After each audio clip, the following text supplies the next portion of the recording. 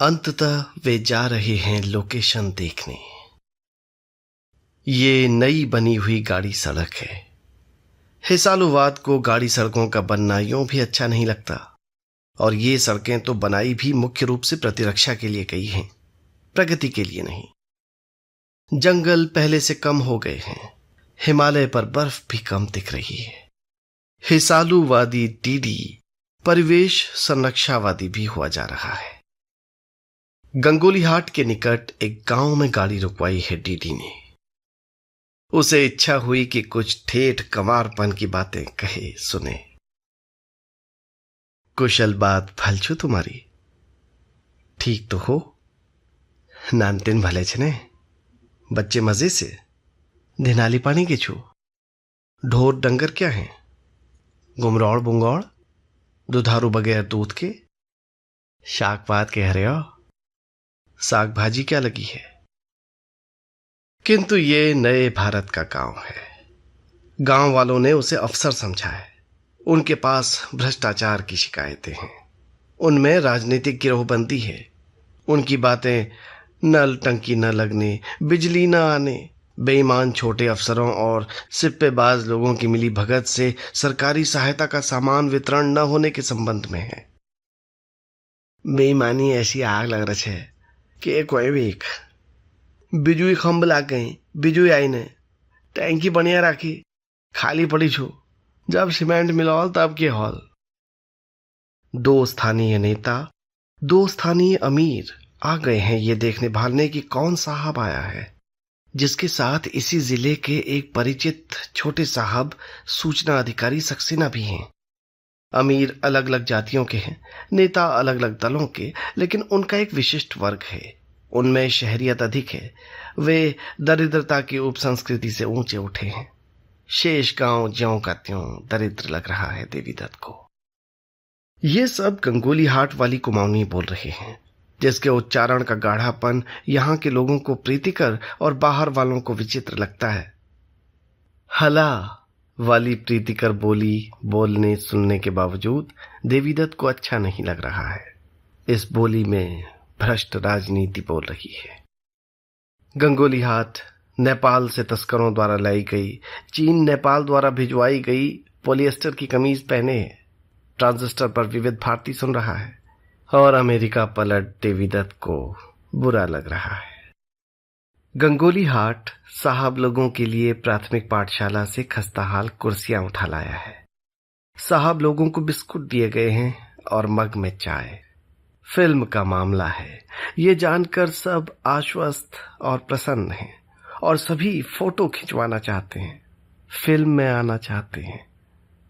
आम धारणा ये है कि अमिताभ बच्चन और रेखा कुछ दिन बाद आने वाले होंगे, जब यहां ये सैप लोग सब सेट कर देंगे। देवीदत्त को बिस्कुट भी बुरे लग रहे हैं।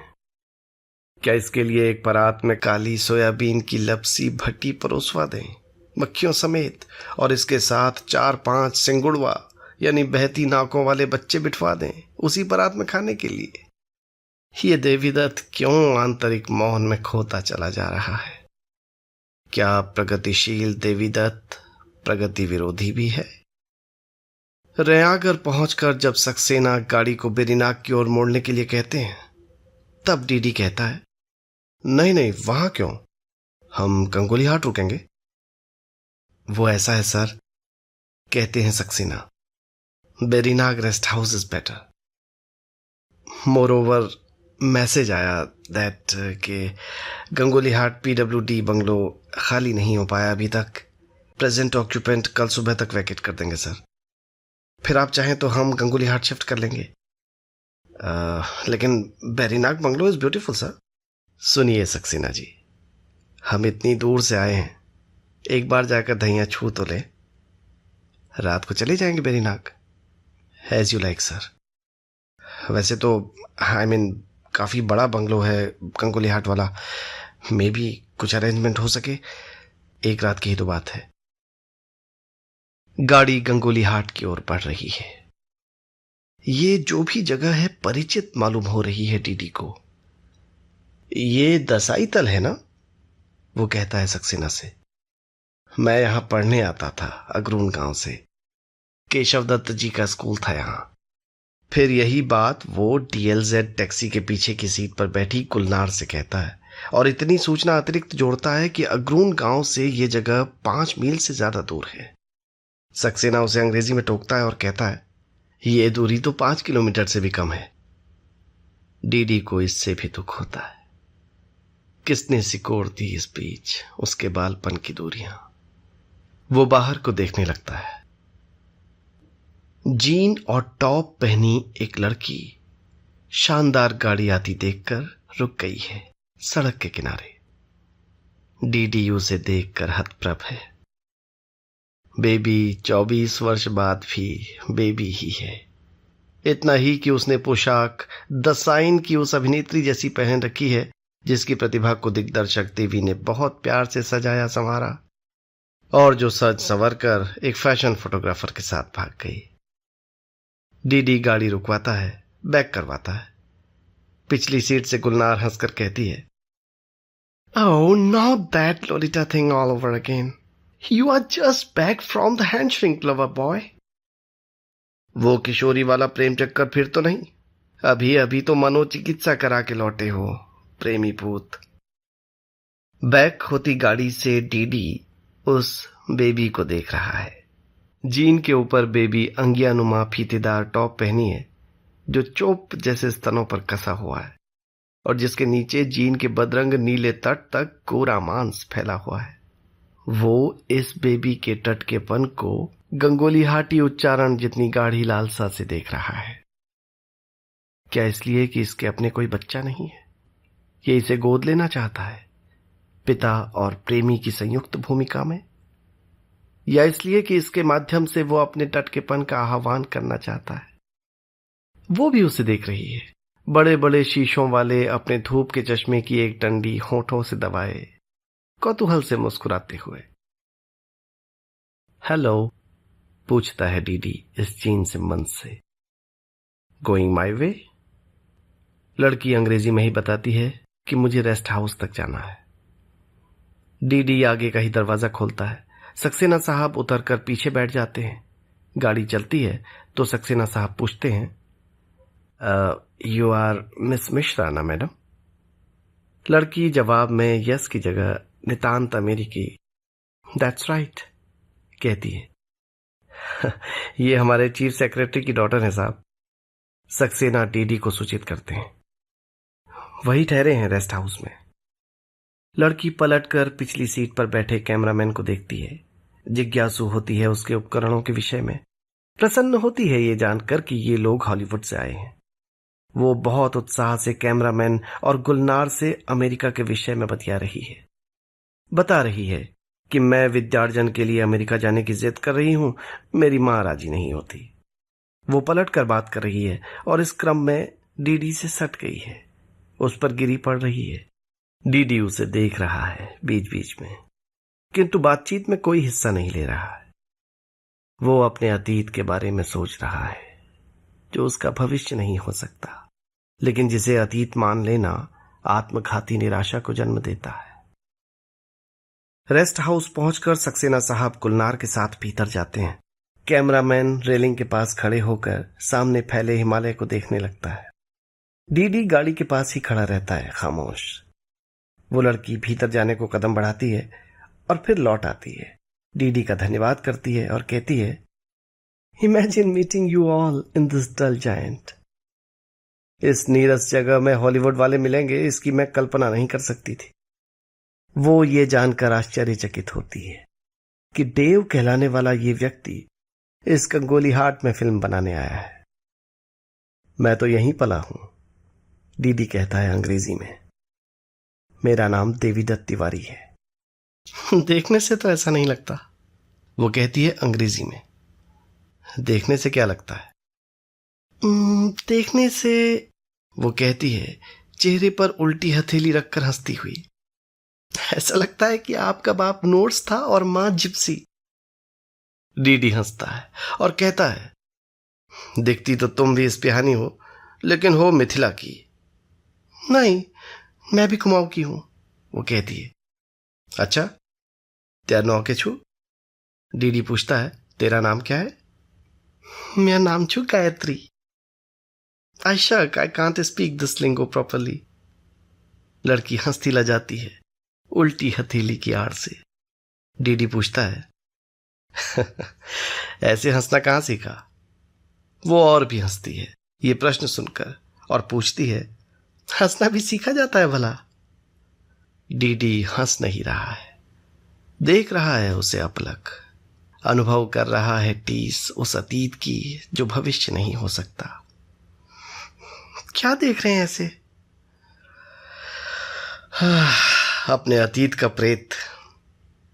अच्छा, निश्चय ही वो मुझसे आकर्षक होगा जो मुझ में भी उसे ही देखते हैं। निर्णय करना कठिन है।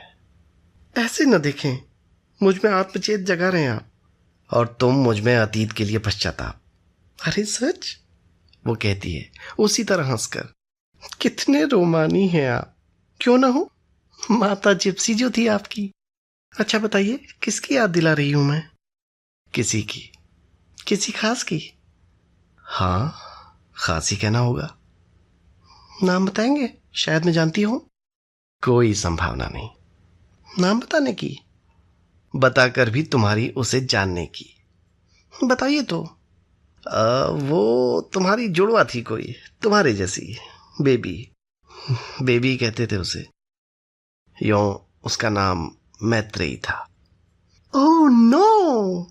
वो लड़की डीडी के कंधे पर हाथ मारती है, हंसी से दोहरी हो जाती है। This is just unbelievable. I must tell her pronto, कहती है वो लड़की। ये तो अद्भुत संयोग है, मुझे तुरंत जाकर उसे बताना चाहिए। इजा, ओ इजा, पुकारती हुई वो दौड़ती है रेस्ट हाउस की तरफ, किसी नचने भालू की तरह, अपने दोनों हाथ मोड़कर सामने उठाए हुए, इधर से उधर लहराते हुए। डीडी स्तब्ध है ये जानकर कि जो वो समझा हुआ था शुरू से वो सच है। मोड़ से आती है लड़की की आवाज, इजा, you can't imagine who has come. मां, तू सोच भी नहीं सकती कौन आया है। मोड़ लेकर अब वे डीडी के सामने हैं, गायत्री और एक औरत जो उस लड़की की मां नहीं, बड़ी और कोई बहुत बड़ी नहीं, बहन लगती है। लड़की इशारा कर रही है डीडी की ओर और कह रही है, your childhood sweet heart, that's who. तेरे बालेपन का साथी, और कौन? दिग्दर्शक देवी दत्त और कला संरक्षिका मैत्रेयी आमने सामने हैं। मैत्रेयी बेबी का ही परिष्कृत संस्करण है। ये देख रहा है डीडी। ये मैत्रेयी बच्ची को झिड़क रही है अंग्रेजी में कि बदतमीजी नहीं करते। वो देख रही है देवी दत्त को, जो उस डीडी का ही अधेड़ और स्थूल हो चुका अमेरिकी संस्करण है। सहसा पहचान में आ नहीं सकता। इसके सामने के वे बाल गायब हो गए हैं जिन पर कभी ये कलगी सी निकाला करता था। चश्मा इसने बड़े बड़े कांचों वाला पहन लिया है और इसने उमर शरीफ नुमा मूछें रख ली है। ये डीडी हो सकता है, क्योंकि जो लोग कमरा मांगने आए हैं अमेरिकी फिल्म वाले ही हैं। परिष्कार का ही सहारा लेती है बेबी और कहती है, mister Devidatt Tiwari, I presume. आप देवीदत्त तिवारी हैं मेरे ख्याल से। परिष्कार का ही सहारा है डीडी के लिए भी। वो कहता है, yeah, and would I be too presumptuous in believing that you are Mrs Maitreyi Mishra, formerly known as baby? और क्या मेरा यह समझना धृष्टता होगी कि आप श्रीमती मैत्रेयी मिश्र हैं जो कभी बेबी कहलाती थी? बेबी हंसकर कहती है उसी विदेशी भाषा में, हाँ, बशर्ते ये याद रखें कि कभी कहलाती थी बेबी, अब नहीं। फिर अपनी बच्ची के कंधे पर दोस्ताना हाथ रखकर वो कहती है, ये तो पगली है, इसकी बात का बुरा मत मानना। आपको बहुत परेशान तो नहीं किया? एक उम्र में सभी पगले होते हैं, वो कहता है। सो तो है, वो मुस्कुराकर कहती है। सवाल यही है कि वो उम्र कहां तक खींच ले जा सकते हैं लोग। बेटी बिल्कुल तुम्हारे जैसी कैसे हो गई? वो बातचीत अंग्रेजी में ही जारी रखता है, यद्यपि इस भाषा में उसे आध्यात्मिक सा कष्ट हो रहा है। अच्छा हुआ कि हो गई, बाप पर जाती तो कोई उसकी ओर देखता भी नहीं। मेरा मतलब शक्ल में ही नहीं, स्वभाव में भी। आनुवंशिकी तुमने भी पढ़ी होगी। हथेली की आड़ से हंसने का भी कोई जीन होता है क्या? डीडी मुस्कुराकर पूछता है और सुनता है कि कुछ लोग बात करते हुए रेस्ट हाउस से बाहर आ रहे हैं। बेबी डीडी की बात का जवाब देती है, होता होगा हथेली की आड़ से हंसने का जीन। मार गांठ लग जाने का भी होता हो शायद। तुमने शादी नहीं की, ऐसा पढ़ा है मैंने पत्रिकाओं में। की होती तो कौन जाने, तुम्हारे बेटे से भी नाड़ा फीता खोलते हुए मार गांठ पड़ जाया करती। मैंने शादी की होती, कहता है डीडी। मैंने शादी की होती तो मेरे लिए यह तय करना कठिन हो जाता कि मैं अपने बेटे को अपने जैसा होता देखना चाहता हूं कि अपनी पत्नी जैसा। डीडी और बेबी देख रहे हैं एक दूसरे को। ये लड़की जो बेबी जैसी दिखती है, इन दोनों को देख रही है बारी बारी। इन तीनों को देख रहे हैं गुलनार, सक्सेना और एक थोड़ा स्थूल और नाटा व्यक्ति जो शायद श्याम सुंदर मिश्र है। गुलनार परिचय कराती है डीडी का मिस्टर मिश्रा से और कहती है कि आपकी पत्नी तो इस बीच इनसे परिचित हो चुकी शायद। मेरी पत्नी इनसे बहुत पहले से परिचित है, मिश्र जी मुस्कुराकर कहते हैं। डीडी झेप सा जाता है। सक्सेना साहब सूचित करते हैं, मिस्टर मिश्रा एक कमरा दे देंगे मैडम के लिए। आप लोगों के लिए ड्राइंग रूम में कॉट डलवा दी जाएगी। मैं बेरीनाग चला जाऊंगा और सुबह अर्ली मॉर्निंग आ जाऊंगा। सक्सेना साहब बाहर चबूतरे पर मेज कुर्सियां लगवा चुके हैं। टी एंड सम स्नैक्स का प्रबंध करा दिया है उन्होंने। मुख्य अतिथि की रुचि ध्यान में रखते हुए श्रीमान और श्रीमती मिश्र सिनेमा और साहित्य के विषय में बातें कर रहे हैं। मुख्य अतिथि को इसमें कोई दिलचस्पी नहीं। या तो वो खामोश रह जा रहा है या इस सुसंस्कृत वार्ता में व्यर्थ ही भारत दुर्दशा घुसाए चला जा रहा है, और सो भी बहुत भावुक ढंग से, कवियों वाले तर्क से, मिनमिनाते स्वर में। मैत्रेयी मिश्र के लिए आवश्यक हुआ है कि इस अमेरिकी नागरिक देवीदत्त को कुछ खरी खोटी सुनाए। विचित्र लोग हैं ये अमेरिकी, जो आधुनिकता का अधिकतम उपयोग कर रहे हैं ठाठ से, और भारत को परंपरा के नाम पर गरीबी और जहालत से चिपके रहने की सीख देने आए हैं। देवीदत्त के अनुसार बात इतनी सरल नहीं है।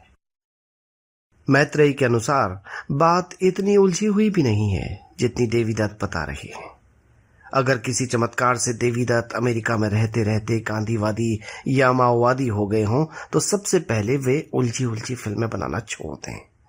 इस तरह की कलात्मक विलासिता, बौद्धिक जटिलता उन लोगों के लिए पाप ही हो सकती है जिन्होंने निर्धन कृषक संस्कृति को रोमानियत से रंग कर आधुनिकता के विरोध का व्रत लिया हो। माओवादी होना तो देवीदत्त के लिए कदाचित दुस्साध्य हो, अन्यथा उन्हें एक अदद बंदूक संभालने की सलाह दी जाती। गांधीवादी वो बन ही सकते हैं, लिहाजा क्यों न तकली थाम लें या कुछ गांधीवादियों की तरह शिवाम्बुपान करने लगे। देवीदत्त श्रीमती मैत्रेयी मिश्रा की बुद्धि पर तरस ही खा सकते हैं। वो फिलिस्तीनों की तरह बात कर रही है। दुर्भाग्य से इस देश में एक खास तरह का काइयापन प्रबुद्धता के नाम पर प्रतिष्ठित हो गया है और मैत्रेयी उससे अछूती नहीं रह सकी है। ये काइयापन शायद ह्रासोन्मुख हिंदू मानस की देन है। इसके चलते गरीबी और उपभोग की संस्कृति का वो दारुण समन्वय किया गया है जिसका नाम आधुनिक भ्रष्ट भारत है। इस भारत के लिए प्रतीकात्मकता ही सब कुछ है।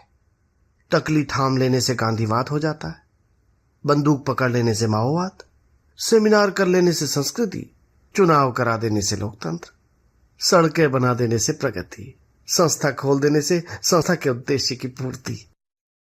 परिवर्तन श्रीमती मिश्रा यहां से होता है और देवीदत्त अपने हृदय की ओर संकेत करते हैं, यहां से।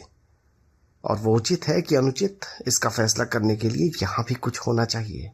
अब देवीदत्त अपने मस्तिष्क की ओर इशारा करते हैं, यहां भी। श्रीमती मैत्रेयी मिश्रा इस बात पर खेद ही प्रकट कर सकती हैं कि जिन भारतीयों का हृदय और मस्तिष्क पर कॉपीराइट था, उन्होंने भारत ही छोड़ दिया। इससे वो स्वयं काइयेपन से बच गए, लेकिन उनकी अनुपस्थिति में काइयेपन की महामारी इस देश में तेजी से फैलती चली गई। विदेश में निश्चय ही उनकी उपस्थिति से कुछ वैसा ही सुधार हुआ होगा जैसा हरे राम हरे कृष्ण वाले प्रभुपाद जी की उपस्थिति से। मां की कुर्सी के पीछे खड़ी लड़की इस बहस को देख रही है, सुन नहीं रही है। शास्त्रियों की बहस होती ही उबाऊ है, लेकिन ये दो भूतपूर्व मेरा मतलब अभूतपूर्व प्रेमियों की बहस भी है। इसलिए बहस करने वालों के चेहरों पर आते जाते भाव निश्चय ही दर्शनीय हैं। ध्वन्यालेख मिटा दें। बेटी की जगह पर मां को देखें, मां की जगह पर नाना को, और एक खींची हुई चादर का स्मरण करते हुए कोई विचित्र सा संगीत सुने, तो ये सारा व्यापार अपेक्षाकृत कम उबाऊ मालूम होगा। गुलनार बहरहाल इस गर्मागर्म बहस से संकोच में पड़ गई है। वो मिस्टर मिश्रा से अलग से बातचीत कर रही है और ये जानकारी पा रही है कि मिस्टर मिश्रा कुशल प्रशासक है, भले ही उन्हें अपने मुंह मियां मिट्ठू बनना पड़ रहा है। अगर राजनीतिक दखलंदाजी अधिक न हो तो मिस्टर मिश्रा जैसे कुशल प्रशासक देश की समस्याओं का समाधान कर दिखा सकते हैं। गुलनार को यह भी पता चल रहा है कि मिस्टर मिश्रा अपनी पत्नी के परम भक्त हैं। न केवल बात बात में वो उसकी प्रशंसा करते हैं, बल्कि किसी और महत्वपूर्ण भारतीय की बात उठने पर भी ये जरूर कहते हैं, माई वाइफ नोज हिम। बहस कटुतर होती जा रही है। देवीदत्त उदास होता जा रहा है, इस बात से और भी कि मां की कुर्सी के पीछे झुकी खड़ी वो नासमझ लेकिन बहुत ही प्यारी लड़की आहा वाली तर्ज में मां को उखाड़ने और इस अजनबी को जमाने का यत्न कर रही है। सहसा गुलनार कहती है, चलो थोड़ा घूम फिर आए, कुछ तो आज भी देख सकेंगे। मंदिर बहुत दूर है क्या? सक्सेना साहब बताते हैं कि पास ही है। लड़की कहती है कि मैं भी जाऊंगी। लड़की की मां अपने पति से कहती है कि आप भी साथ जाएं। मिसेस मिश्रा खुद नहीं जाएंगी, सामान बंधवाएंगी। मिसेस मिश्रा का विचार है कि रात बेरीनाग रेस्ट हाउस में काट ली जाए और अमेरिकी मेहमानों को यहां आराम से बसने दिया जाए। मिस्टर और मिसेस मिश्रा एक दूसरे को देखते हैं। डीडी जमीन को। बिटिया मचलती है कि यहां रहेंगे, बहुत आनंद आएगा। गुलनार का अनुरोध है कि आप लोग यहीं रहिए ना। मिसेस मिश्रा मुस्कुराते हुए बेटी की जिद और गुलनार का अनुरोध दोनों टाल देती है। डीडी ने पैदल चलने के लिए नया जूता पहना है, कैनवस का सिपाहियों वाला बूट, फीतेदार। काट रहा है उसे। पता नहीं और भी क्या क्या है जो उसे काट रहा है गंगोली हाट में घूमते हुए। एक तो अपना अतीत, दूसरा गंगोली हाट का वर्तमान, तीसरा ये तथ्य कि सक्सेना साहब के मुकाबले में वो गंगोली हाट के विषय में अज्ञानी हो गया है। इस बीच वो कुछ भी कहता है, ये गलती निकालते हैं। चौथी चीज जो उसे काट रही है वो है एक जीन्स मंजनुमा किशोरी की उपस्थिति। इस किशोरी को उससे छेड़खानी करने में बहुत आनंद आ रहा है। वो उसे लड़ियाना चाहता है, उससे लड़ना चाहता है, पर उसे संकोच होता है। गायत्री है इस लड़की का नाम, मैत्रेयी नहीं। किंतु नाम से क्या होता है, वो एक प्यारी सी लड़की है बस। यही बस अब डीडी के वश का नहीं। अब क्या, कभी नहीं था। मंदिर में कैमरामैन और गुलनार बलि की विधि के बारे में तरह तरह से सवाल कर रहे हैं। कभी दक्षिण से आए रावलों और अग्रून के पंतों से उनकी इस बातचीत में दुभाषिए का काम कर रहे हैं मिस्टर मिश्रा। ये काम डीडी को करना चाहिए था। आखिर कभी वो अग्रून में ही पला पड़ा है, किंतु उसका मन रम नहीं रहा है। कटे हुए बकरे के सिर पर रोली वगैरह कैसे लगाई जाती है, उसका रक्त प्रतिमा के पास कहां टपकाया जाता है, सिर रावलों को ही क्यों देना होता है, अग्रोन के पंत शरम यानी शाकाहारी हैं, पर काली के मंदिर के पुजारी होने के नाते बलि के अनुष्ठान में वे उपस्थित रहते हैं, बकरा काटने का काम रावल करते हैं। ये सब सुनने सुनाने में उसे कोई दिलचस्पी नहीं है। वो ऐसा साफ साफ सोच या कह नहीं पा रहा है, लेकिन शायद वो वापस जाना चाहता है रेस्ट हाउस, मैत्रेयी से अंग्रेजी में नहीं, बेबी से कुमाऊनी में बात करने। वो बार बार शिकायत कर रहा है कि जूता उसे काट रहा है। मिस्टर मिश्रा सुझाव देते हैं कि आप जाकर आराम कीजिए, हम भी अभी थोड़ी देर में आ जाते हैं। डीडी चल पड़ता है। सक्सेना साहब आशंका व्यक्त करते हैं, आप रास्ता भूल तो नहीं जाएंगे सर? और ये आशंका डीडी को कुछ और खिन्न कर जाती है। श्रीमती मैत्रेयी मिश्रा सामान बंधवा चुकी हैं।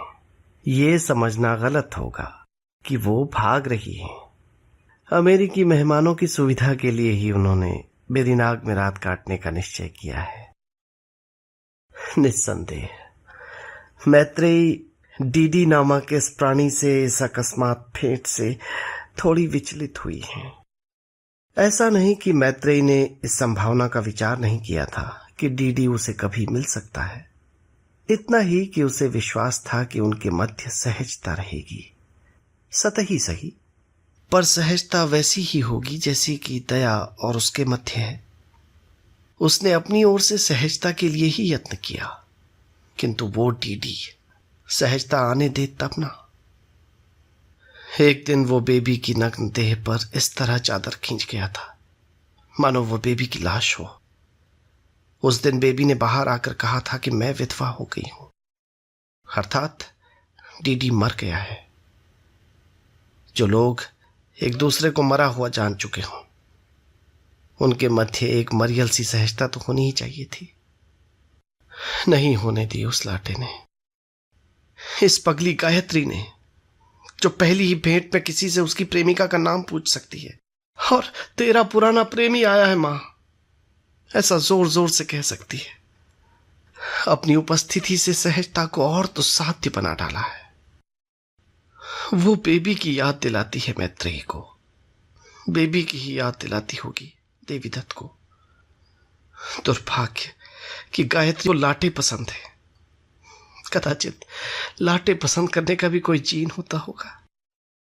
दुर्भाग्य कि कभी मैत्रेयी को भी एक लाटा पसंद था, पर हम दुर्भाग्य कि वो लाटा विख्यात दिग्दर्शक हो जाने के बावजूद लाटा का लाटा है।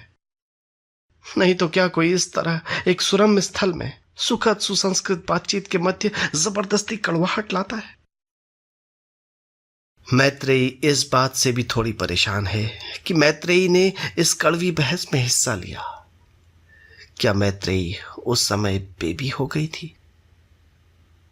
अगर प्रेम में जब हम होते तब तुम नहीं, अब तुम हो हम नहीं वाली स्थिति नहीं आती, द्वंद्व अनिवार्य है, तो क्या प्रतिद्वंदिता भी प्रेम की उपस्थिति का लक्षण नहीं? अगर दूसरा एक द्वार नहीं बन सकता जिसमें घुसकर हम स्वयं दूसरे हो जाएं, अगर दूसरा मात्र एक ठोस दर्पण भर हो सकता है, तो क्या उससे टकरा टकरा कर अपने तक ही लौट आने की प्रक्रिया ही प्यार नहीं है? ये जो झाएं झाएं देवीदत्त और मैत्रेयी के मध्य हुई, क्या वो ऐसे ही प्यार से छलकती झाएं झाएं नहीं थी? घृणा इसे कह नहीं सकते। घृणा दूसरे की सूरत नहीं देखना चाहती, घृणा दूसरे को मिटा देना चाहती है। प्रतिद्वंदिता दूसरे की वास्तविक अथवा काल्पनिक उपस्थिति की अपेक्षा करती है। झाएं झाएं करते हुए दो प्रतिद्वंदी कभी थक कर किसी उपयुक्त प्रत्युत्तर के अभाव में चुप हो जाते हैं और उनकी आंखें दूसरे से कहती हैं, अभी ठहर, तुझे पकड़कर पटक दूंगा और एक पांव से नाचूंगा तुझ पर। क्या वही मूक चेतावनी मानवीय प्रीति नहीं? क्या अभी हुई बहस के जो मौन अंतराल मैत्रेयी की ढीठ और देवीदत्त की झेंपी सी मुस्कान को समर्पित थे, वे प्रच्छन्न प्रेम के परिचायक नहीं थे? प्रेम वैचित्र्य के भी नहीं। मैत्रेयी मिश्र को इस तरह के सिरफिरे सवालों से कोई दिलचस्पी नहीं, किंतु ये तथ्य है कि प्रतिद्वंदिता घोषित करने वाली उस बहस के बाद उन्हें देवीदत्त के सानिध्य में ये अथवा आगामी कोई संध्या बिताने की कल्पना असमंजसप्रद मालूम होने लगी। दिग्दर्शक देवीदत्त रेस्ट हाउस पहुंचकर बाहर चबूतरे पर ही एक आराम कुर्सी में बैठ गया है। डीडी बनकर उसके कमरे में घुसने का साहस जुटाना है उसे। खिड़की से देख रही है बेबी, चपरासियों को आदेश देती हुई, सामान बाहर रखवाती हुई। पहले वो इस कटखन्ने जूते से मुक्ति चाहता है। उसने एक जूता खोल दिया है और अब दूसरे का फीता खोलने झुका है। वो नहीं देख रहा है कि उसे फीता खोलते देख रही है कोई अपने कमरे की खिड़की से। फीता खोलने की कोशिश के बाद डीडी माथा पीट रहा है। ये भी देख रही है वो कोई। अब डीडी फीते लगे बूट को उतारने की एक हास्यास्पद कोशिश में जुटा है और मैत्रेयी को हास्यास्पद शब्द की प्रथम श्रुति की याद हो आई है। वो हंस पड़ी है। फीता न खोल सकने वाला डीडी अब दृष्टि उठाता है, हंसने वाली को देखता है। हंसने वाली पूछती है कुमाऊनी में, के भो मारगांठ पड़ गए के? क्या हुआ, मारगांठ लग गई? हंसकर जवाब देता है कुमाऊनी में, हाँ कहा, सीप ही नहीं आया कभी। वो बाहर आ जाती है, झुककर खोल देती है गांठ। वो उतार देता है जूता। दोनों बहुत पास पास हैं। ये औरत एक विदेशी सेंट से महक रही है, लेकिन इस महक के नीचे एक और गंध है, बेबीएन यानी बेबी गंध। और ये आदमी उसे भूल नहीं पाया है, वैसे ही जैसे कि बचुली बुआ की कोठरी और कपड़ों से आती सीलन गंध सुमणेन को नहीं भूला है। औरत को फीता खुलते ही तुरंत उठ खड़ा होना चाहिए था, नहीं हुई है। आदमी को जूता खुलते ही सीधा बैठ जाना चाहिए था, नहीं बैठा है। आराम कुर्सी के चरणों के ठीक आमने सामने हैं उनके चेहरे। एक चेहरे पर ढीठ मुस्कान है, दूसरे पर चेपी हुई। बेबी कहता है वो छेपा हुआ। मिसेस मैत्रेयी मिश्रा उठ खड़ी होती हैं, पूछती हैं अंग्रेजी में, should I bring something to drink? कुछ पीने को मंगवाऊं? नहीं, वो तुनक कर कहता है कुमाऊनी में। और तू मेरा दगड़ अंग्रेजी झनबला, और मुझसे अंग्रेजी भी मत बोल। मैत्रेयी जाने को होती है, रुक जाती है, कहती है, अगर तेरा मेरा ये झनकर वो झनकर ऐसा हुक्म चलाने का कोई रिश्ता होता है तो मेरा भी एक हुक्म सुन। फीते वाला जूता, नाड़े वाला पैजामा छन पहना कर। तेरे बस की नहीं रे। ये औरत अब उल्टी हथेली की आड़ में हंस रही है। ये आदमी कह रहा है, मेरे बस का कुछ नहीं रे, बस हुआ मैं, बस गवार। तू अमेरिका भाड़ झोंकने गया था, जो भूस का भूस, लाटे का लाटा ही लौटाया, बिल्कुल नहीं बदल रहा। कोई नहीं बदलता, तू भी कहां बदल रही? एक स्वांग जैसा बना रखा तूने, छिप जो क्या जा रही तू उसमें, छिप जो नहीं पा रही, तभी तो भाग रही यहां से ना। तो क्यों भागेगी? भगोड़ा तो मैं हूं। जब तू भाग गया ठहरा उस दिन, तब कैसे समझ रहा कुछ नहीं बदला करके? कुछ तो बदला होगा उस दिन, और वो दिन फिर नहीं आ सकता, कहता है ये आदमी और दोहराता है इस वक्तव्य को, मानो वो इसे प्रश्नवाचक बनाना चाहता हो। याद है एक दिन तूने गणानाथ में मुझसे कहा था कि ये सुंदर स्थान पहले भी था, मैं भी थी, तू भी था। कई बार मिल रहे हम इस सुंदर संसार में, और हर बार तू मेरे अयोग्य पाया जा रहा, इसीलिए बार बार जन्म ले रहे। कहा था ना? हाँ, कहा तो था। अब क्या कहता है? अब भी तुझे विश्वास है कि हमारा जन्म बार बार हुआ, बार बार होगा? होता है कोई अगला जन्म? अगर होता हो तो? यह आदमी कुर्सी से उठ जाता है, उस औरत के सामने खड़े होकर वेहवल स्वर में पूछता है, अगर होता हो तो भी। यह आदमी चाहता है कि ये औरत इस तो का कोई उत्तर न दे, कातर उसे देखे क्षण भर, मुंह फेर ले फिर और चली जाए चुपचाप। किंतु इस औरत के पास तो इस तो का अप्रत्याशित सा उत्तर है।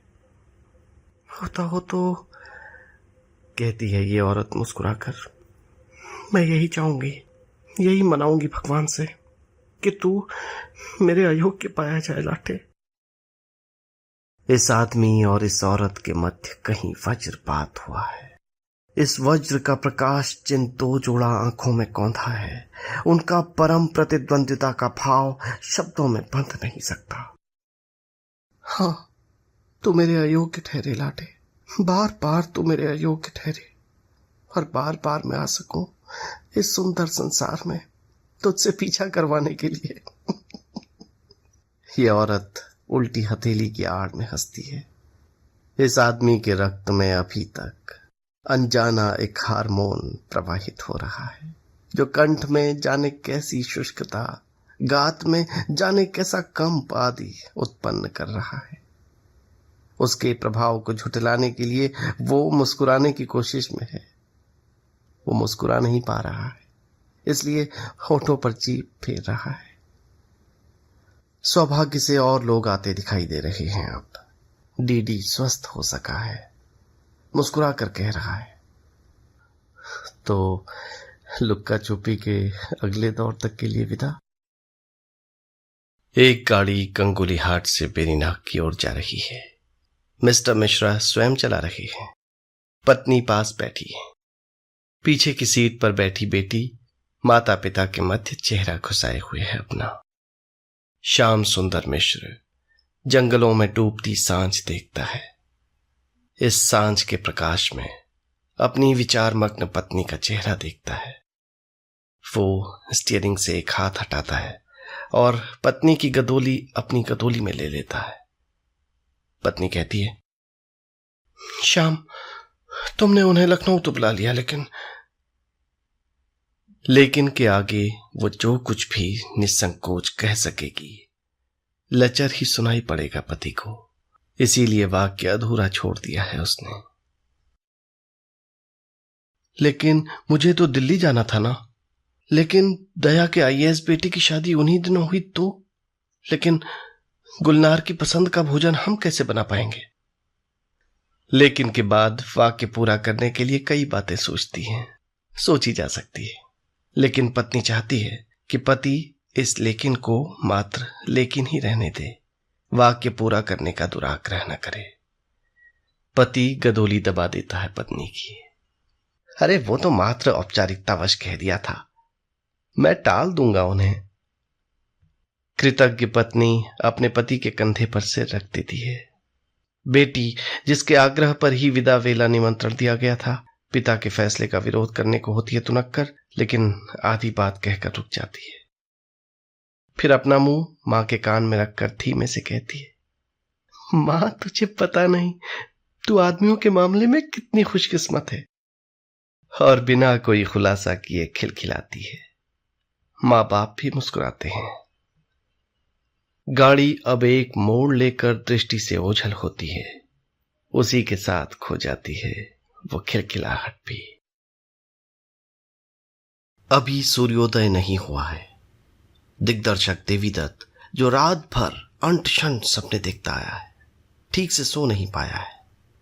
बाहर बरामदे में खड़ा हुआ चाय पी रहा है। अंट शंट सपनों में क्या देखा था ये उसे ठीक से याद नहीं। काठ की तीखी सीढ़ियां थी, उनके ऊपर काठ के ढक्कन से थे। उठाओ और ऊपर की मंजिल में पहुंच जाओ। बहुत से लोग थे उस घर में। कोई समारोह था, भेंटना था शायद। विवाहिता लड़कियों को आमंत्रित कर रखा था चैत चीमने के लिए, या शायद भेंटना नहीं था, 13वां या पारसी वार्षिक श्राद्ध थी किसी की। श्रीखंड भी बना रखी थी, खीर भी थी, या शायद विवाह था किसी का। पूरन भ्राता वरना क्या कर रहे थे इस सपने में? ऐपण क्यों दे रखे थे? डीडी काट के उन सीढ़ियों पर चढ़ता रहा था, ढक्कन-नुमा फाटक उठाकर ऊपर की नीची छतों वाली मंजिलों में कदम रखता रहा था। लोग थे हर मंजिल में, कबाड़ था, बुढ़ियाएं थी, बूढ़े थे, किस्से थे जो इस तरह शुरू होते थे। उसकी शादी हुई उससे, फिर उन दो के 6 बच्चे हुए। सामान्य बातों को पौराणिक सी गरिमा प्रदान करने वाले, साधारण लोगों को मिथकीय महिमा से मंडित करने वाले किस्से। सुनने वाले बीच बीच में टोकते थे, ऐसा जो थोड़ी, ऐसा जो क्या। फिर वे किस्सा अपने ढंग से सुनाते थे। पता नहीं कौन थे ये किस्सा सुनाने वाले, पता नहीं कौन थे ये किस्सा सुनने वाले, पता नहीं किसका तो था वो घर, पता नहीं क्या तो वो समारोह हो रहा था वहां, पता नहीं। फिर भी क्यों बराबर डीडी को सपने में लग रहा था कि उसी का किस्सा है, उसी से संबद्ध कोई संस्कार है। क्या वो पैदा हुआ है? क्या उसका यज्ञोपवीत हो रहा है? विवाह? या कहीं ऐसा तो नहीं कि वो मर गया है और यहां उसका 13वां हो रहा है। सपने में उसने अपरिचित लोग देखे, किंतु सपना देखते हुए वे अपरिचित नहीं जान पड़े। परिचितों के नाम पर एक पूरन भ्राता थे, किंतु वो पेली हुई पूरी हथेली में रखकर दूर से दौड़ लगाकर कढ़ाई तक आ रहे थे और तब उसे हथेली से झटक कर कढ़ाई में डाल रहे थे। इस दौड़ भाग में वो इतने व्यस्त थे कि डीडी से बात करने की उन्हें फुर्सत नहीं थी। दूसरे परिचित थे फिंजू, बचुली बुआ के मूढ़पति, जो अनाथ देव्या को बचपन में हम उम्र मालूम होते थे। अच्छा लगता था ये वयस्क, जो लंबा चौड़ा होते हुए भी बच्चा ही था। भिंजू की सोई बुद्धि जागे, इसके अनेक उपाय आरंभ में किए गए थे। मसलन कान छिदवाना, उनका यज्ञोपवीत और विवाह भी इसी आशा में किया गया था, किंतु वो मूढ़ के मूढ़ रहे। श्रम खूब कर लेते थे, मोटी झोटी बातचीत भी। पुरोहिताई उनके वश की थी नहीं। चीजों को गौर से देखना और देखकर मुस्कुराना उनकी स्थायी भंगिमा थी। इस सपने में भी वो यही कर रहे थे। डीडी कुछ भी पूछे वो मुस्कुरा दें। कोई एक लड़की भी थी डीडी के साथ इस सपने में। ये स्पष्ट नहीं हो पाया कि वो जीन सिमंस थी कि द साइन की हीरोइन, की बेबी, की गायत्री। ये लड़की बराबर डेव से पूछ रही थी कि यहाँ क्या हो रहा है, ये लोग तुम्हारा क्या कर रहे हैं। और डेव यानी डीडी स्वयं न समझ सकने और उसे न बता पाने पर दुखी होता जा रहा था। चाय पीते हुए भी जितना डीडी ने इस स्वप्न का विचार किया है, उतना ही उसके मन में विषाद भरता गया है। ये दुखी करने वाला एक ऐसा सपना था जिसे देखकर वो ये नहीं तय कर पाया कि किसे किस बात के लिए मनी ऑर्डर भिजवा दे। मुंह हाथ धोकर वो निकल पड़ा है अब रेस्ट हाउस से निरुद्देश्य। गुलनार ने, जो अभी अभी बाहर आई है अपने कमरे से, उसे आवाज दी है, पर वो रुका नहीं है। वो जा रहा है नीचे और नीचे। पगडंडी के आसपास की झाड़ियों की गुयल यानी गूगर्दी से बचता हुआ, गुएन यानी गू की गंध उसके नथुनों में पहुंच रही है। हिमालय का स्पर्श पाकर आई शीतल हवा भी इस धराशायी गू और उस कर्वोन्मत्त हिम को एक साथ समेट लेने की विवशता का संस्कार है उसमें शेष।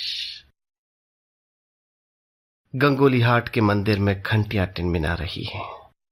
बकरे मिमिया नहीं रहे हैं, लेकिन टिनमिनाहट मिमियाहट से जुड़ी हुई है उसके मन में। कहीं पर ट्रांजिस्टर बज रहा है, संसार के समाचार सुन रहा है गंगोलीहाट। कहीं और ट्रांजिस्टर बज रहा है, चहकते विज्ञापन सुन रहा है गंगोलीहाट। कहीं पूजा हो रही है, ट्रांजिस्टर सुनते सुनते ही अहम कहलवा ले रहा है, कह ले रहा है गंगोलीहाट। मंदिर के नौले के पास में एक बुढ़िया पानी भर रही है।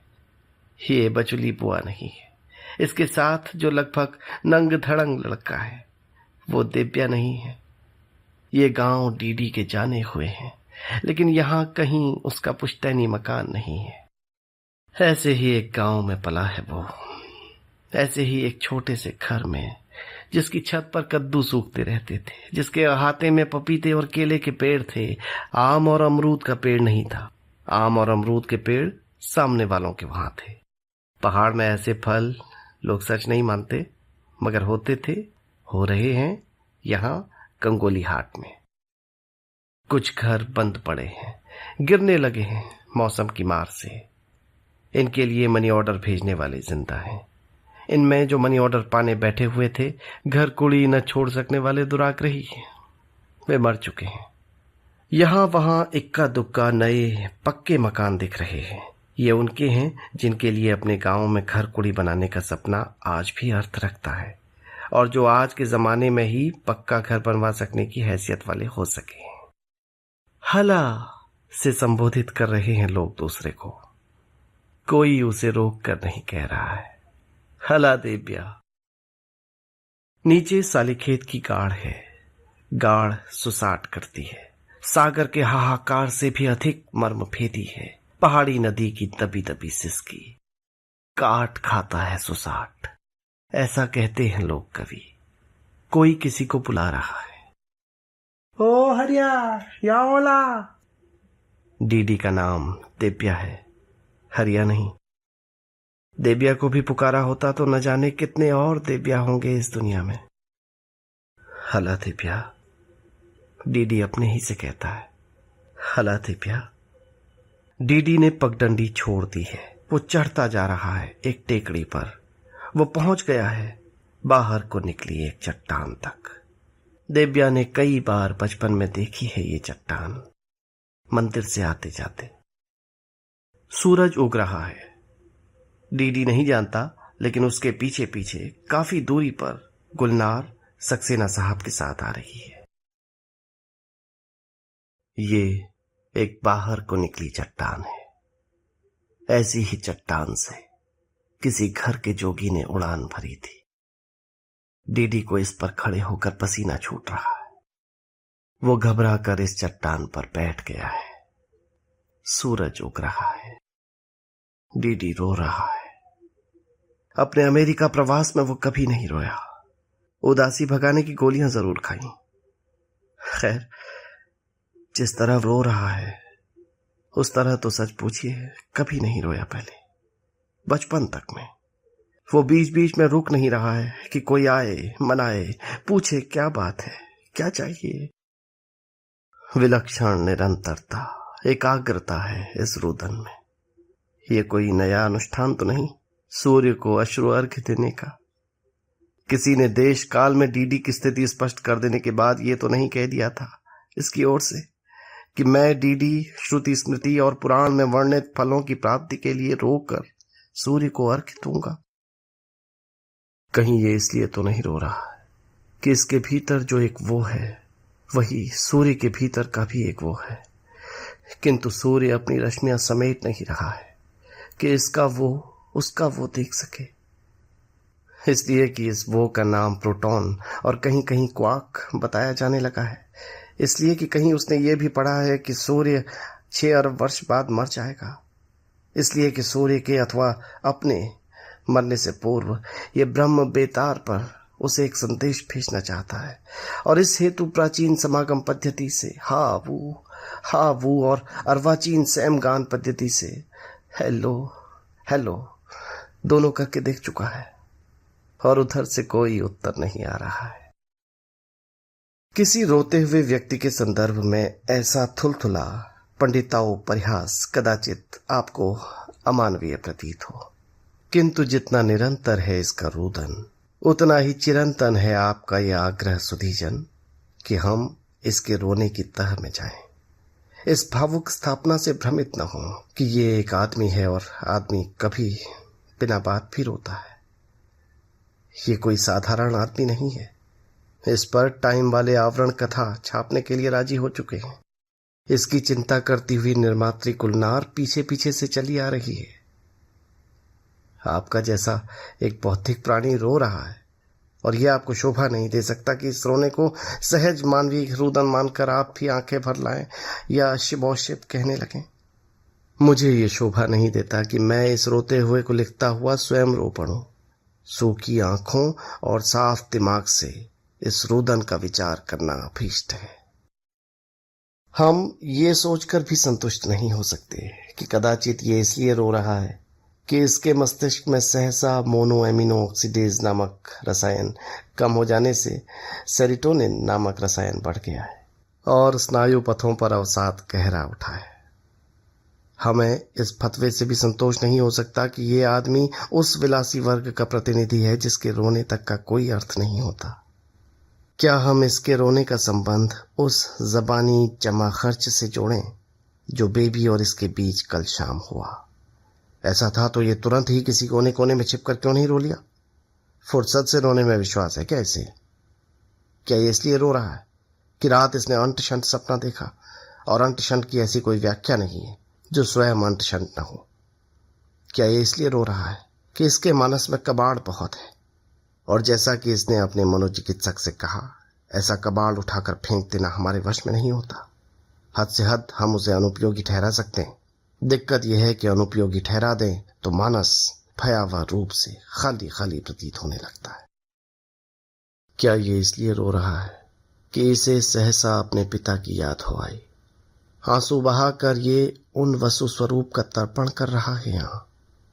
क्या ये इसलिए रो रहा है कि कुछ लोग उड़ सकने की कामना लेकर पैदा होते हैं और जब वे उड़ने का दुस्साहस कर रहे होते हैं, कई लोग बाल बच्चों समेत नीचे मेला सा लगाए हुए होते हैं। जब ये तमाशाई उत्सुक आशंकित आंखें ऊपर उठाए होते हैं, इनके बहती नाकों वाले बच्चे अपने अंगूठे चूसते हैं और उस उड़ने वाले को नहीं, अपने माँ बाप की देखती हुई आंखों को ही देखते रहते हैं। उड़ने वाला उड़ा था कि नहीं, इस पर विवाद ही रहता है और किसी के उड़ने या न उड़ने से कुल मिलाकर उन्हें कोई अंतर नहीं पड़ता। जो जमीन पर पांव रख रख कर चलने के लिए अभिशप्त रखे जाते हैं।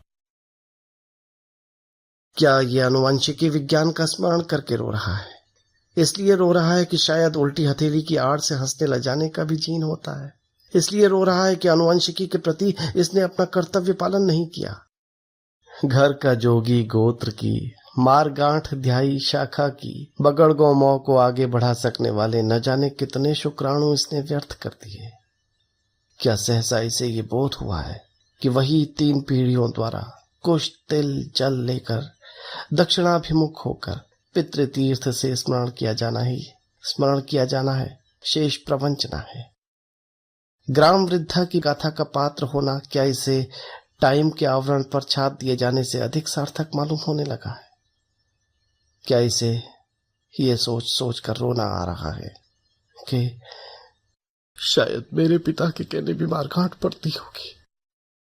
क्या इसके रुदन का कारण सांस्कृतिक है? हजारों वर्ष की कृषक संस्कृति की धूल इसकी औद्योगिक संस्कृति वाली आंखों में किरकिरी बनकर गिर पड़ी है क्या? क्या ये धन और उपभोग की आधुनिकता से दुखी हो उठा है? इस बात से और भी कि जितना ही वो उसे अपनी फिल्मों में कोस रहा है, उतना ही अधिक धन और उपभोग का अवसर प्राप्त हो रहा है उसे। कहीं इसके रोने का कारण राजनीतिक तो नहीं? ये कहीं इसलिए तो नहीं रो रहा है कि रीगन अमेरिका का राष्ट्रपति चुन लिया गया है, माओ चाओ के वंशजों में बंटवारा हो गया है, पोलैंड में झंझट हो रहा है और भारत सरकार ने भारतीय गरीबों की गाढ़ी कमाई का एक हिस्सा भारतीय गरीबों पर फिल्म बनाने के लिए डीडी को दे दिया है? और ये बात डीडी जैसे ही एक लड़के को सख्त नागवार गुजरी है। शांत सुरम्य मंदिरों के इस कस्बे में सुबह सुबह शॉर्टवेव पर आते संसार के समाचार कहीं इसे मर्सिया जैसे तो नहीं सुनाई पड़े कि सुनकर रो उठा? ऐसा तो नहीं कि ये अपनी प्रस्तावित फिल्म की पटकथा के इस मुद्दे से दुखी होकर रो रहा है कि बच्चा दिव्या भविष्य है और अधेड़ देवीदत्त अतीत? अगर भविष्य का एक नाम सब तरह की स्वाधीनता है, तो क्या उसका दूसरा नाम कपोल कल्पना है? कहीं इस रोने की जड़ में ये प्रेम पहेली तो नहीं कि अगर स्वाधीनता इसलिए चाहिए कि प्रेम हो सके और प्रेम तभी होता हो जब प्रतिबद्धता हो, तो स्वाधीनता का क्या होता है और प्रेम का क्या बनता है? स्वार्थ और स्वाधीनता में क्या अंतर है? प्रतिबद्धता और पराधीनता में कैसे भेद करें? विवेक को कायरता के अतिरिक्त कोई नाम कैसे दें? क्या ऐसे प्रश्न इसे रुला रहे हैं? मुझे इसमें संदेह ही है। इस तरह के प्रश्न अकेले में बैठकर अपने से करना और रोना सहज मानवीय वृत्ति नहीं, इस तरह के प्रश्न दूसरे के सामने अपने से किए जाते हैं, और दूसरा शिबो शिब या पुअर डियर जैसे उद्गार प्रकट करता है और पहला गहन निश्वास छोड़ता है। अनुकूल परिस्थितियों में इस निश्वास और उस उद्गार के आदान प्रदान के बाद जो व्यापार होता है उसे भी प्यार कहा जाता रहा है। ऐसा प्यार कहता है कि सच संसार बहुत क्रूर है, पर कोई बात नहीं, तू उसे छोड़कर मुझ में आ जा, मैं स्वयं भरा पूरा सदैव सुखद संसार हूं। दो बाहों के घेरे को सृष्टि का घेरा मान लेने में आगे चलकर बौद्धिक क्लेश होता है, और सारी सृष्टि में वही दो बाहें देखने का यत्न व्यक्ति के अनुपयोगी कबाड़ बनने का अन्यतम लक्षण समझा जाता है। कहीं ये आदमी इस वजह से तो नहीं रो रहा है? ये आदमी रो रहा है। मेरे या आप सुधीजनों के लिए यह संभव नहीं कि इससे कुछ पूछने, इसे पुचकारने का गंवरपन करें। स्वयं इसे हमारी ऐसी चेष्टा धृष्टता मालूम होगी। हम कुछ होने की प्रतीक्षा में मुक्त चिंतन करने के लिए स्वतंत्र या कहें अभिशप्त हैं। ये इस चट्टान पर बैठकर रोने के अतिरिक्त जो कुछ करने आया है करे, अथवा गुलनार इससे जो भी संवाद करना चाहती है आकर करे, तो गवार लोगों की भाषा में पाप कटे। जब तक पाप नहीं कटता तब तक क्या हम इसकी आरंभिक कहानियों में इसके रुदन का कारण खोजें? कहीं ये इसलिए तो नहीं रो रहा है कि दादाजी लोग उंगली पकड़कर चलने वाले बच्चों में हर चीज का नाम जानने, हर जिज्ञासा का तुरंत समाधान पाने का संस्कार डालकर घोर क्रूरता करते आए हैं। दादाजी निश्चय ही अपनी उंगली पकड़कर चलने, अपने से ही पूछने के ओ का चीज छो, और दाढ़ी खुजलाते हुए जवाब देने के भाऊ your hysterical disturbance of unknown aetiology छू वाला नाटक एक सीमा के बाद जमता नहीं। एक दिलचस्प पहेली का पूर्वाभास मिलता है हमें डीडी की इस कथा में, और हर दिलचस्प पहेली की तरह यह भी अंततोगत्वा दुखद है। पहेली इस प्रकार है, अगर दादाजी दादाजी ही हैं, भगवान नहीं, तो हमें उन पर दादागिरी करने का क्या अधिकार है? हमारा नारा यही हो सकता है कि दादाजी की ऐसी तैसी। अगर भगवान स्वयं और कुछ नहीं दादाजी का ही विराट रूप है, तो हम उसकी विराट ऐसी तैसी के अतिरिक्त कुछ बोल सकते हैं क्या? अगर वो हमारा जैसा ही है तो दादागिरी क्यों करता है हम पर? अगर हमारा जैसा नहीं है तो उससे पूछा जाए, तुझे ये क्या बेहुदा मजाक सूझा कि हमें अपने से अलग बनाया और कहा जाओ प्रेम करो मुझसे और एक दूसरे से। जब शुरुआत ही अलगाव से हुई तब प्रेम कैसे हो सकता है भला? क्या ये आदमी शिला पर बैठकर यही सब सोचते हुए नयन भिगो रहा है? या कहीं ये इसलिए तो नहीं रो रहा है कि इसे अपनी ही एक और कहानी याद आ गई है, जिसमें एक अलहड़ लड़की सीधे से सीधे, साफ से साफ सवाल का उत्तर देती थी, कसब, अर्थात क्या जाने, बहुत ही विनोदी सा, चुनौती भरा सा, क्या जाने। इस कहानी के याद आने पर इसे बोध हुआ है कि परम सत्ता दादाजी नहीं, एक अलहड़ कन्या है। खड़ी है, बाया पांव दाएं पांव के जरा सा आगे और उधर निकालकर, धरा से तनिक सा ऊपर उठकर। हर जिज्ञासा का उसके पास एक ही असमंजसप्रद समाधान है, कसब। उसके कसब उचारते मुस्कुराते होठों में ही नहीं, अंग प्रत्यंग में अत्यंत चुनौतियां हैं, और उन चुनौतियों से भी परे है वो चुनौती जो धरा से तनिक ऊपर लहराते उसके बाएं पांव के अंगूठे में है। व्यक्तिगत रूप से मैं कहना चाहूंगा कि ये लाटा अपनी कल्पना के पांव के अंगूठे का ही स्मरण करते हुए रो रहा है। ये सोचकर रो रहा है कि इस अंगूठे से ऊपर भी बहुत कुछ था, काम में था, भोग्य था, किंतु वो उस लहराते अंगूठे को वैसे ही देखता रह गया जैसे चक्षुश्रवा देखता है बीन को। पंडिताओं परिहासों में भी पसंद नापसंद का प्रश्न उठता है, और मुझे यही प्रयास अधिक ग्राह्य है इस वृद्धावस्था में। यों सुधीजन स्वतंत्र हैं, मेरे लिए लोलिता कॉम्प्लेक्स को ही नहीं, सारी कहानी को अस्वीकार करते हुए, ऐसा जो थोड़ी कहने के लिए। एक लड़के और एक लड़की के प्रेम की पहले लिखी जा चुकी कहानी को अपने ढंग से फिर लिख देने के लिए, वैसे ही जैसे मैंने यहाँ इस बंगले में अकेले बैठे बैठे लिख दी है। जब तक हम एक दूसरे के मुंह से ये कहानी सुनने को और ऐसा जो थोड़ी कहकर फिर अपने ढंग से सुनाने को तैयार हैं, तब तक प्रेम के भविष्य के बारे में कुछ आशावान रहा जा सकेगा। हमारा नायक रोते रोते ही उठ खड़ा हुआ है। इस बीच दोनों हाथ सूर्य की ओर पसारे वो खड़ा है निर्भय, बाहर को निकली हुई एक चट्टान पर। वो चाहता है शॉट यहां पर फ्रीज कर दिया जाए। उसे पता नहीं कि गुलनार ठीक उसके पीछे आकर खड़ी हो गई है। उसे चिंता है इस नायक की, या अगर गुलनार पर भावुकता का आरोप करना ही ना हो तो कहूं उसे चिंता है एक फिल्म की जो इस नायक को बनानी है। फिल्म बनाने की दृष्टि से उसका यूं रो लेना जितना वांछित है, उड़ जाना उतना ही अवांछनीय।